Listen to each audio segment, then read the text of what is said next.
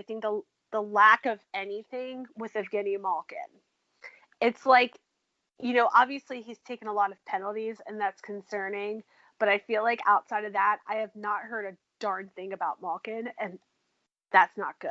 Malkin is a mess. Yeah, he hasn't been the same since, like, I think he had a good October, and then ever since then he's just been blah.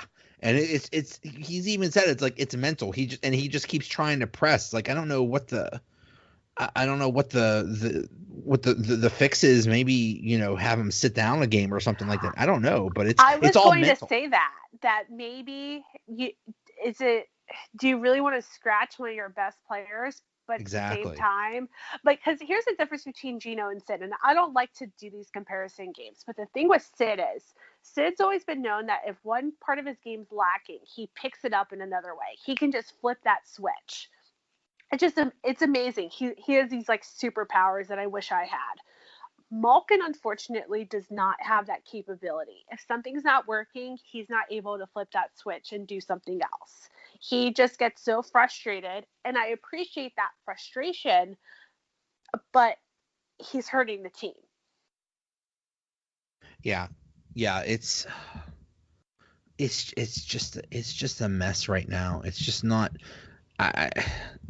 It's a shame because maybe Brassard would be okay. He might be insurance if Crosby or Malkin got hurt. Maybe then he could be like an okay, top 6 center. But right now it's just not working. And like my theory, maybe they could do this is because they're talking about adding a wing also. So okay, Brassard wants to be a wing, let him be a wing, then pick up a third line center, or maybe hope that Sheehan could be the third line center or something like that. Or I don't know.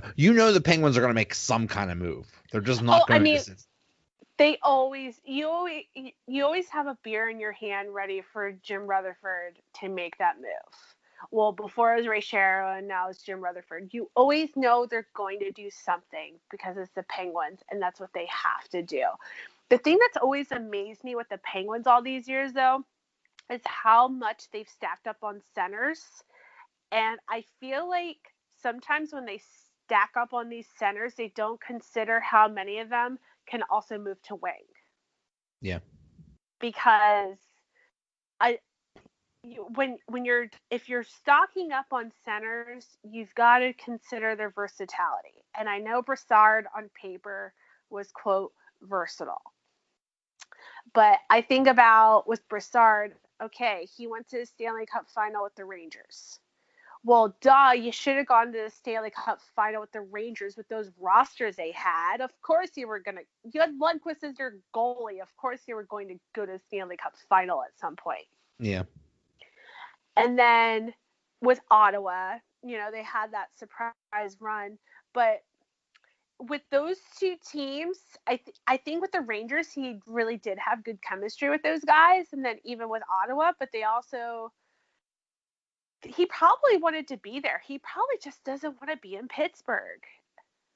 And You know what? Fine. Then get out.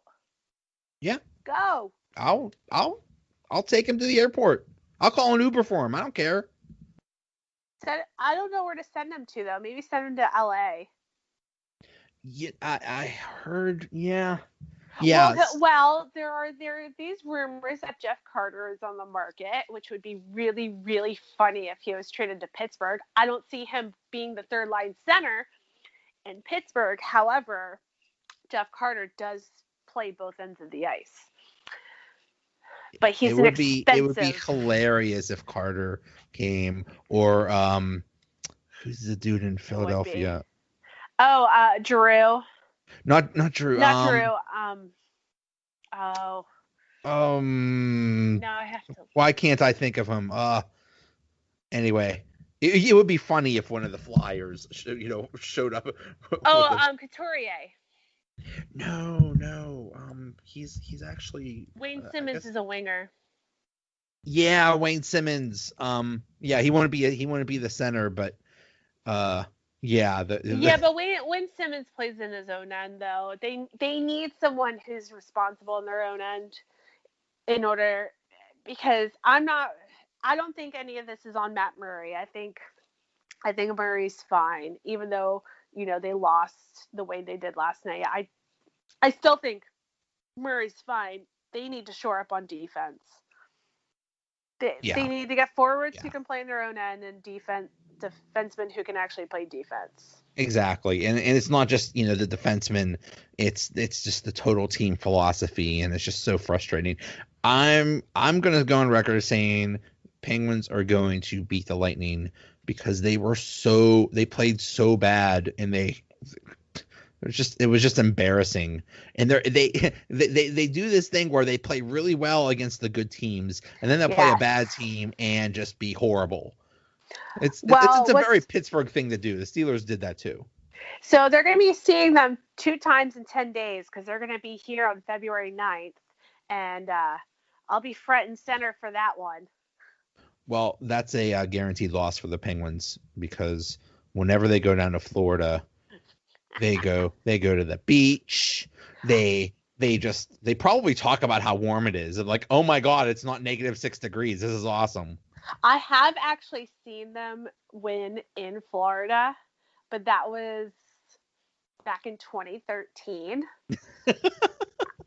It was before I even moved here. I was here on vacation. I remember Sid had the broken jaw, and I was sitting right in front of the press box, and all of a sudden somebody's like, oh my God, Sidney Crosby's right behind us. And I look back, I'm like, oh, Sidney Crosby's right behind me. Okay. And this is fine. And then Steiche gave me a fist bump after the game. Oh. Yeah. I don't even know what jersey I'm wearing, to be honest. I think they'll split. I think the Pens will win tomorrow, because I think they're going to be so ticked off after last night. And it's going to be Tampa's first game back, and they're definitely going to be rusty. I think some of them probably party too much on their break. And I think Tampa's going to have the same problem they had last year, where they just struggle after the All-Star break. But that's the thing.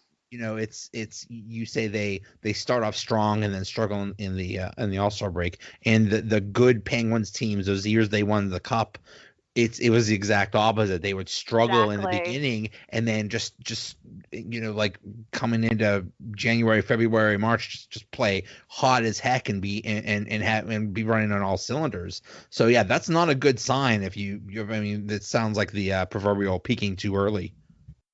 Well, when you go to the Eastern Conference Finals 3 out of 4 years, you lose 2 of those finals in Game 7, and then the other year you lose the Stanley Cup Final in Game 7. You become used to just choking.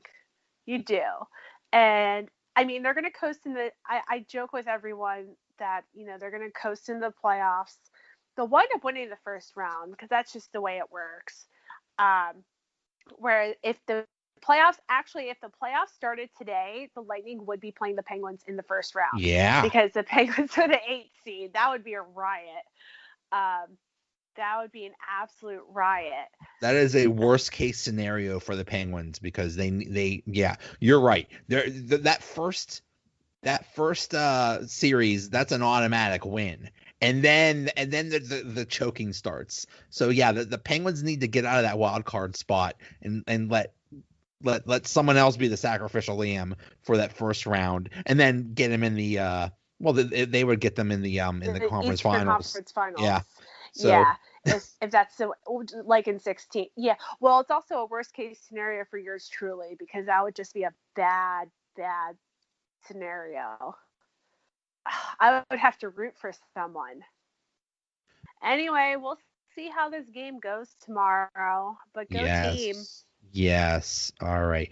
Thank you so much, Ashley, co-host of Open Mic Couch podcast, and Chirping from the Box. That needs to come back soon, right? I'm trying to get this co-host in line here. And I'm actually kind of mad at myself, because with this nasty cold I've had, I'm like, man, all this stuff's been happening that I can do videos on. Yeah. So eventually I'm hoping to get one up about this whole Columbus thing, because I think that part's underrated. But that's for another time. Oh, yeah. There's a lot going on there. So, yeah. Uh-huh. Awesome. All right. Well, thanks so much, Joey. I appreciate Thank it as you. always. Thanks for coming on. I'll see you. Yep. Talk to you later. Thanks for listening. We'll be back tomorrow with another episode. It's Super Bowl week, so we'll be doing all kinds of episodes, talking to people from each team, analyzing the game, all kinds of good stuff. Thanks again to Ashley Wright from Open Mic Couch Podcast. She was nice enough to come on. Actually, she's the one that brought it up. I was just thinking I need to talk to more hockey people since football's winding down. And she sent me a tweet, said, "Hey, don't you want to talk about the Bolts?" Like, oh, good idea. So thanks again to Ashley. Talk to you later. Another episode is in the bag.